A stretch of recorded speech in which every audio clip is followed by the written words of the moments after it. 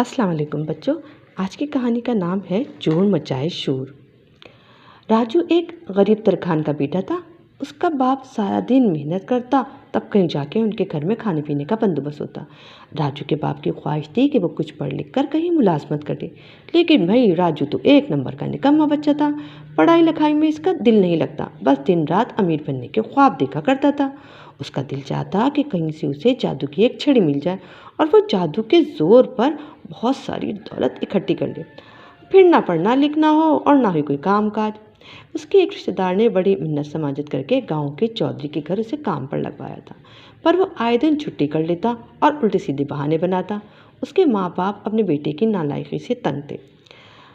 बस देख लेना, एक दिन मेरे हाथ ऐसा जादू का चिराग आएगा, सब दिखते रह जाएंगे। उस दिन भी वो आम के पेड़ के नीचे ऐसी ही बातें कर रहा था लेटा, लेकिन इत्तेफाक से हुआ क्या कि वहीं कहीं एक चोर छिपा बैठा था। उसने राजू की सारी बातें सुन ली। ए लड़के, तेरे हाथ में जादू का चिराग आ गया। कौन कौन हो तुम?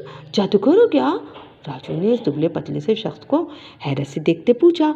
जादूगर ही समझ लो, मैं तुझे दौलत जमा करने के ऐसे ऐसे गुर बताऊंगा कि तुम मेरी अकल को दाद दोगे। चोर ने राजू को चौधरी साहब की हवेली में चोरी करने का मंसूबा बताया और राजू ने हामी भर ली, क्योंकि वो जल्द अज जल्द किसी भी तरीके से अमीर बनना चाहता था।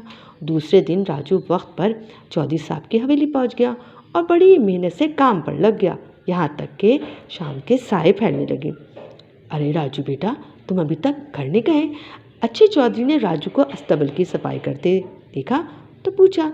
नहीं चौधरी साहब, बस अभी जाने लगा था कि याद आया ये काम रह गया है, इसे मुकम्मल कर लूँ। भाई वाह वाह, आज तो तुमने मेरा दिल खुश कर दिया बेटा। ये लो 100 रुपये, और हाँ, कल सुबह जल्दी आ जाना, तुम्हारा स्कूल में दाखिला करवाना है। बच्चों से काम करवाना कानूनन जुर्म है बेटा, और अब तो लगता है कि तुम वाकई अच्छे बच्चे बन गए हो और पढ़ोगे भी। अच्छे चौधरी ने मुस्कुराते हुए कहा और चल दिए। रात गहरी हो चुकी थी, सब लोग अपने अपने कमरों में पड़े सो रहे थे।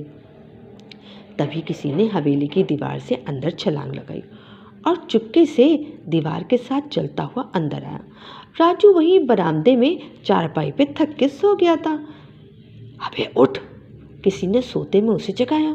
कौन? नींद में मदहोश राजू ने पूछा। अबे मैं चोर, किसी ने उसके कान के करीब आके कहा, और राजू खौफ से ठंडा पड़ गया। वो जो सारी बातें, जो सारे प्लान उसने चोर के साथ बनाए थे, वो उसके दिमाग से फौरन से गायब हो गए। और चोर, राजू के हलक से आवाज़ उभरी।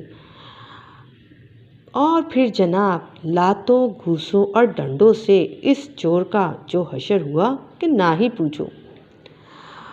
तो तुम चोरी करने हमारे हवेली आए थे। वो तो अच्छा ही था कि राजू बेटे ने तुम्हें पहचान लिया और दरबान ने सुन लिया।